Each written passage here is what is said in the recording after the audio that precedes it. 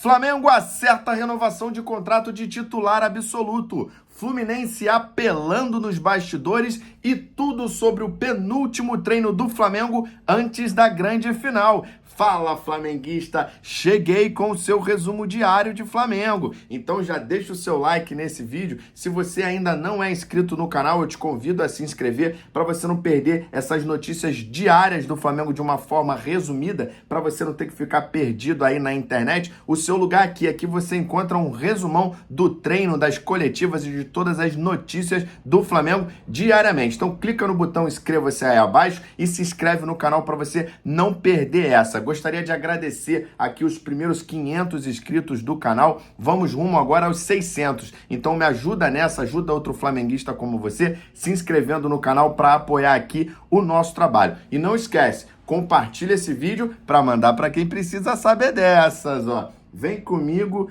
nessa resenha. Bom, excelente notícia nesta sexta-feira, né? Não foi uma contratação, mas parece uma contratação, porque ele era um jogador que era considerado titular nesse time do Filipe Luís e incontestável, que é o Eric Pulgar. Ele renovou o contrato, inclusive fez um vídeo, já anunciou nas redes sociais um contrato que a princípio seria até o final de 2028, como muita gente da imprensa vinha divulgando, mas na verdade o contrato vai ser até o final de 2027. O contrato dele ia até o final deste ano, ou seja, ele renova por mais 2 anos. O Boto entregou a camisa para ele, né? Gravou um vídeo anunciando a renovação, falando muito sobre isso. A multa dele era o grande problema para o Flamengo ter atrasado tanto essa renovação, mas parece que agora está tudo acertado. Ele vai ter uma multa aí de 7 milhões de dólares, que só vai valer a partir do meio de 2026, ou seja, ele já vai estar com 33 anos e provavelmente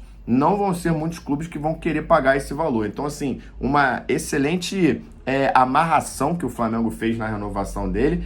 Inclusive, teve uma valorização salarial. Ele agora vai passar a ganhar R$1.100.000 por mês. O salário dele, que ele era bem abaixo disso, né?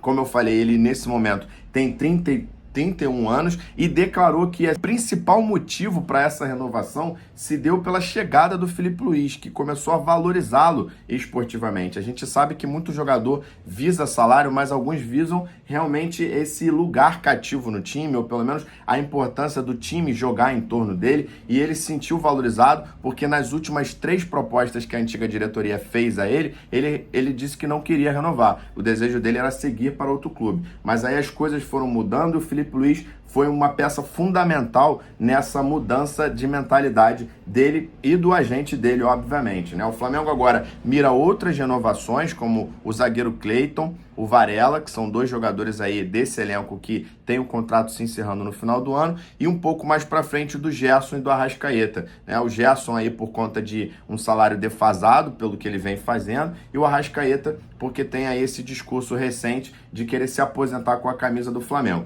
Muita gente se questionando se com essa renovação o Jorginho, o Flamengo deixa de ter interesse nele. E a verdade é que uma coisa não exclui a outra. O Jorginho continua estando na mira do Flamengo, o Flamengo não avança nas negociações pela fase que o jogador está passando pelo Arsenal. O Arsenal está classificado para as quartas de final, inclusive pega o Real Madrid nos dias 8 e 16 de abril. Ou seja, o jogador está envolvido com o Arsenal, né? Pode ser o último grande campeonato que ele vai jogar na Europa. Então, por isso, o Flamengo espera aí o desenrolar dessas partidas, inclusive da Premier League, que o Arsenal também briga pelo título, para poder começar a negociar. A verdade é, um elenco campeão precisa ter essas peças, independente de quem vai jogar, se é o Jorginho, se é o Pulgar, o Flamengo vai disputar um Mundial, tem campeonatos importantes e precisa reforçar o elenco nesse sentido. Não são só os 11, né? Até porque a quantidade de lesões que o Flamengo vem sofrendo ao longo dos anos, a gente precisa aí de um elenco forte.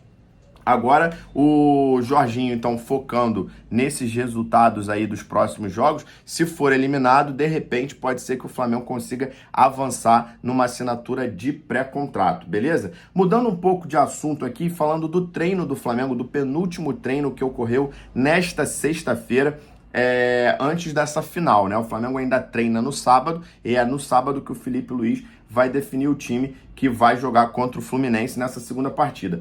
Provavelmente deve repetir o mesmo time, ou seja, o time que colocou ali como Plata, como centroavante no lugar do Bruno Henrique. Por que eu tô falando isso? Porque é muito pouco provável que o Bruno Henrique volte para esse jogo. Ele teve uma lesão muscular de grau 1 e a gente sabe, pelos próprios discursos do Felipe Luiz, que ele não vai forçar ninguém durante o Campeonato Carioca. Então, para não queimar uma substituição, para não perder o jogador por mais tempo, é muito provável que ele não jogue. Uma novidade pode ser o Cebolinha. O Cebolinha pode ser um jogador que pode pintar aí como reserva, como opção, a depender de como o jogo vai se desenrolar. Mas ainda não tem nada certo, porque mais uma vez o Felipe Luiz só define o time bem perto da partida que vai acontecer dessa semana, apenas no domingo, né? O Léo Pereira deu uma entrevista, né? Foi o jogador escolhido para fazer essa coletiva um pouquinho antes do treino dessa sexta-feira, e ele falou pouco, mas falou que o time realmente, esse gol que o Flamengo mudou, que o Flamengo tomou,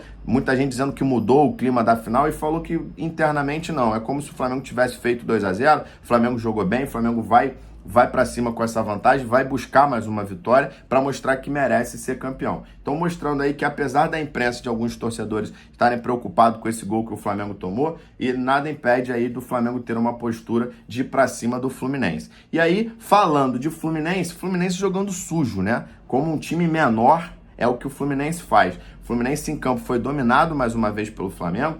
Muita gente fica falando só do gol do Fluminense, esqueceu de falar que o Flamengo teve domínio boa parte dos dois tempos do primeiro jogo da final, e aí o Fluminense, para tentar alguma cartada, porque o Fluminense não tem condições de bater de frente com o Flamengo, eles emitiram uma nota insinuando que o árbitro da partida do primeiro jogo da final teria ajudado o Flamengo, teria não marcado algumas situações contra o Flamengo, né? E nessa nota, obviamente, não falou dos erros que foram a favor do Fluminense, como, por exemplo, alguns carrinhos aí que o Canóbio deu, que o Cano deu, e que simplesmente o juiz não marcou nada, deu apenas um amarelo. Mas isso pressiona o árbitro da próxima partida, porque, inclusive, nessa nota, o Fluminense cita o árbitro dizendo que espera dele uma boa arbitragem. Ou seja, o Fluminense nos bastidores tentando mexer ali os pauzinhos para poder pressionar a arbitragem, né? E, inclusive, o VAR nessa situação.